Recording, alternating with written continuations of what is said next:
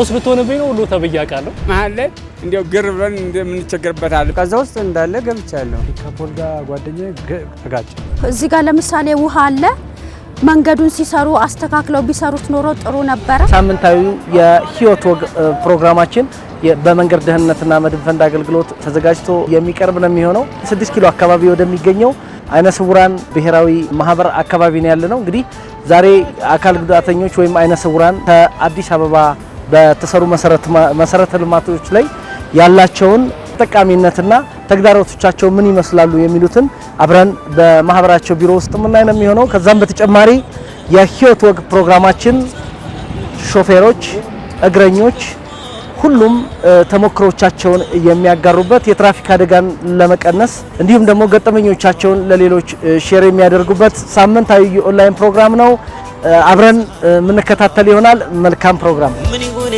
ጀንበር ማፈሯ ምን ይሆነ ፀሐይ ማፈሯ ምን ይሆነ ጀንበር ማፈሯ አልገለጣ ድሮ ከነበረው አንፃር አሁን ላይ የተሻለ የመንገድ ላይ እንቅስቃሴ ምቹነት አለው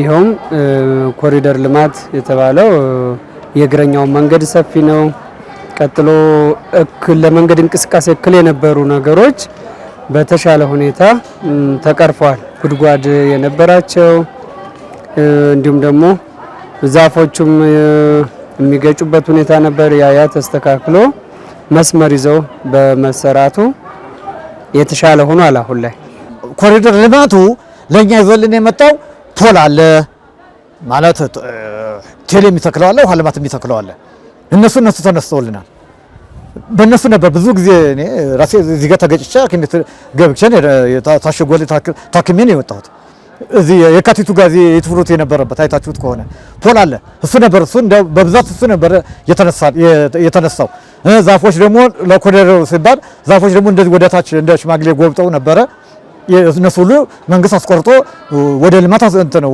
ኮሪደር ሰርቶበታል ይሄ ለኔ በጣም ጠቃሚና አኩሪ ነው ለአይነ ስውራን ተብሎ የተሰራው መንገድ አለ እሱን ተይዞ መጠቀም ይቻላል እንደተባለው ድሮ መንገዶቹ ጠባብ ቀጥሎም ደግሞ እግረኛ መንገድ ላይ የነበሩ የግብአት ተረፈ ምርቶች ይደረጉባቸዋል እና የግድ እግረኛው እኛንም ጨምሮ በአስፋልቱ መንገድ የመጓዝና ለአደጋም የመጋለጥ ነገር ነበር አሁን ላይ ያ ቀንሷል ቀጥ ብሎ መሄድ ይቻላል ረጅም እግረኛውን ተከትለን መጓዝ ይቻላል እንደ ድሮ ተረፈ ምርቶች እየተቀመጡበት አይደለም በተሻለ ሁኔታ አገልግሎት ላይ ነው ለኔም ለጓደኞችም ስናወራ ይሄንን ነው የምናየው በጣም የመንግስት የሚያደርገን ደግፈው ለክብር ጠቅላይ ሚኒስትራችን ስለ ልማት ስለ ፕሮጀክቱ ምን ያቋቋሙት በጣም እንደምደግፈው የመብራት ፖሎች እንጨት ዛፎች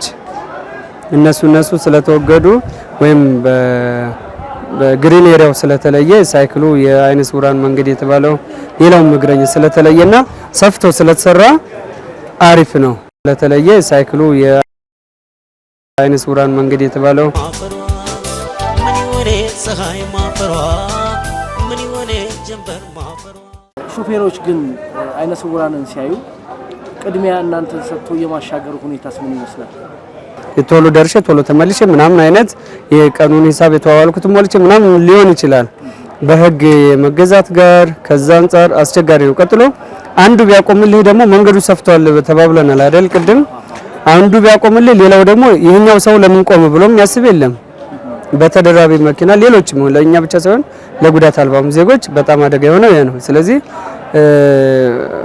አሰልጣኞች ተሽከርካሪ እና አሽከርካሪ አሰልጣኞች የአሽከርካሪ ማሰልጠኛ ተቋማት በጣም ሊያስቡበት ይገባል እና ሹፌሮች በተሻለ ስነ ምግባር ለመንገድ አጠቃቀም ላይ ያላቸው ስነ ምግባር በማሻሻል ዜጎችን መጠበቅ እንዳለባቸው መታወቅ አለበትና አንዱ ሊያቆምልህ ይችላል ሁሉም አያቆም ማለት አይቻልም ግን አንዱ ቢያቆም ያኛው ጥሎ ለማለፍ ነው የሚፈልገው ለምን ቆመ ብሎ ቅድሚያ መስጠት አስቸጋሪ አዝማሚያ ያለና ይሄንን የሚያቆም ቢኖር እንኳን ኳላ ተደርቦ የሚመጣውን ማን ነው ተው የሚለው ለምን ቆመ ብሎ እና ልክ አየር መንገድ ላይ አሁን ካፒቴኖቻችን በጣም መልካም ስነ ምግባር እንዳላቸው ይወሳል።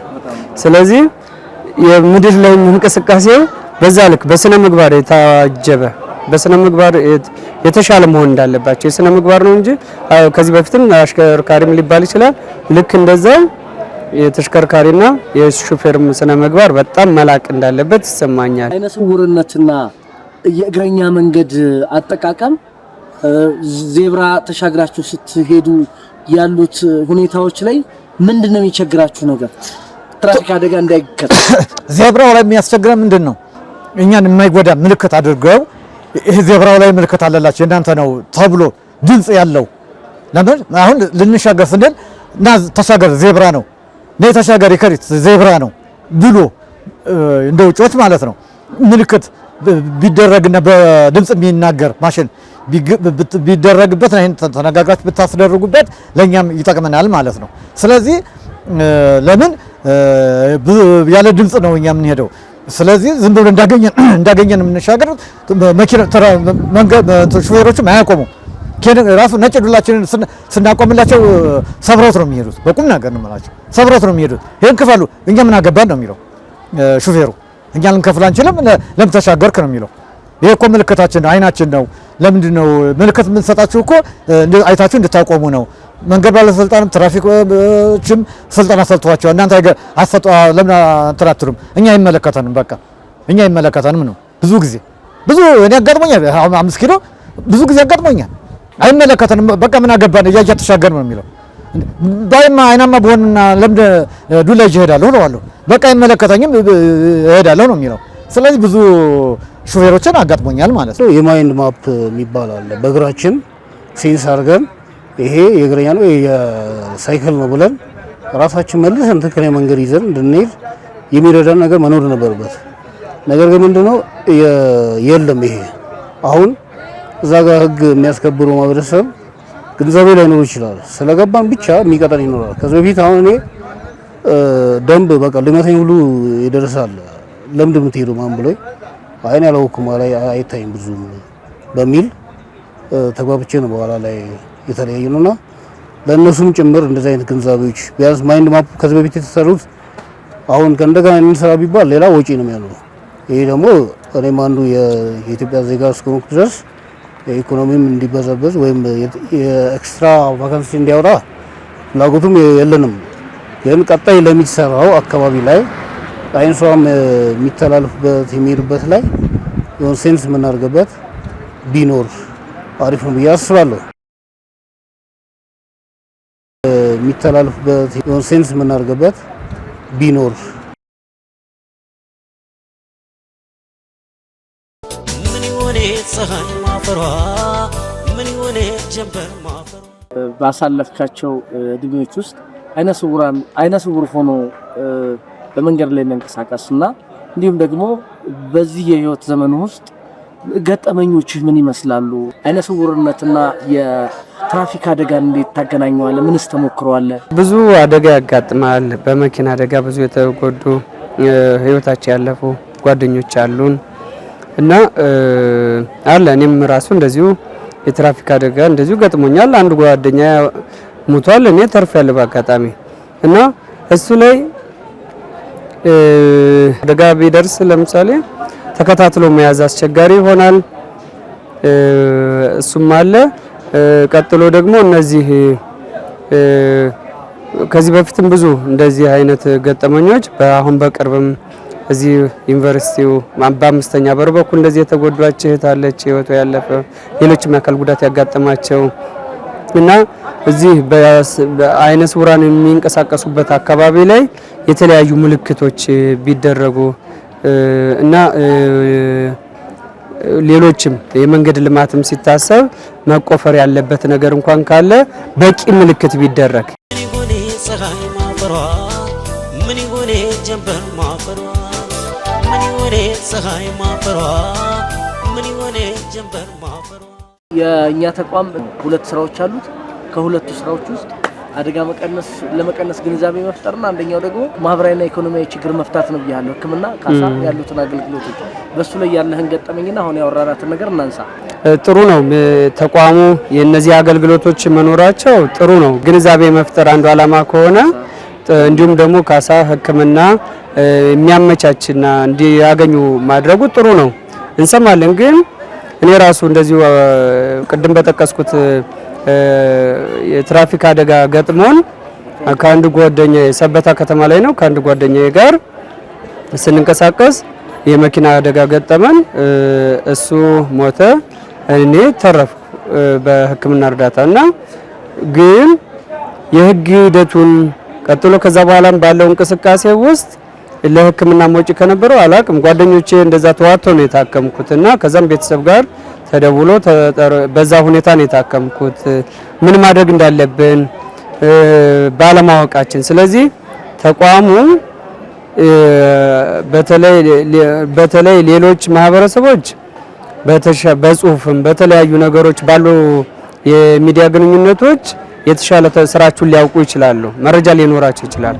አካል ጉዳተኛው ማህበረሰብ ግን አይነ ስውሩ ለምሳሌ የተጻፈውን በሃርድ ኮፒውን ላያገኝ ይችላል፣ ልንቸገር እንችላለን። ስለዚህ መብት እንድናውቅ ወይም ደግሞ የግንዛቤ መፍጠር አንዱ የተቋሙ ስራ ከሆነ አካል ጉዳተኞችን ምን ያህል በመድህን ዙሪያ በመንገድ ደህንነት ዙሪያ ምን መብት አለ፣ ምን በመድህን ሽፋን ወይ በጉዳት ላይ በሚያጋጥም ሁኔታ ካደጋ በኋላስ ምን መብት አላቸው የሚለውን ግንዛቤ ቢፈጠር መስማት የተሳነውም እንደዚሁ በጣም ብዙ መረጃ ለማግኘት ይቸገራል።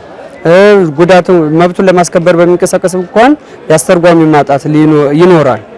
ስለዚህ መብቱን ጉዳቱን ይዞ ተሸክመን እንቀራለን ማለት ነው። ስለዚህ ተቋሙ የጠነከረ ስራ አካል ጉዳተኞችን መሰረት ያደረገ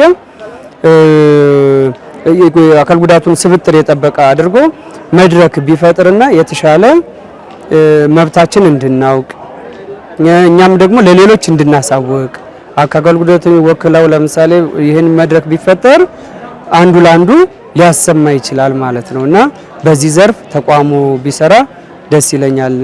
መብታችንንም ምንድነው ካደጋም በኋላ ማድረግ የሚገባንን መጠየቅ ያለብንን ሁኔታዎች በተቋሙ የሚሰራውን ነገር እንድናውቅ ቢደረግ የተሻለ ነው ላለ። እንግዲህ ተመልካቾቻችን ዛሬ በሳምንታዊው የህይወት ወግ ኦንላይን ፕሮግራም ላይ እንደተመለከትነው የትራፊክ አደጋን ለመቀነስ የመንገድ ደህንነት ስራዎችን እንዲሁም ደግሞ የመሰረተ ልማትን ከመሰረተ ልማት ጋር በተያያዘ የአይነ ስውራንና አካል ጉዳተኞች ከነሱ ጋር ያደረግነውን ጭውውት በዚህ መልኩ ያቀረብን ነው የሚሆነው። ስለዚህ እነዚህ የተነሱትን ሀሳቦች ደግሞ የሚመለከተው አካል ጉዳዩን በመረዳት ለአይነ ስውራን ለአካል ጉዳተኞች የጎደሉና መሟላት ያለባቸውን ነገሮች በማሟላት የትራፊክ አደጋን ለመቀነስ በሚሰራው ስራ ላይ ሁላችንም ኃላፊነታችንን እንወጣያለን። የዛሬውን ፕሮግራም እዚህ ላይ እናጠናቀቃለን። በሳምንት በሌላ ርዕስ እንገኛለን። መልካም ሳምንት።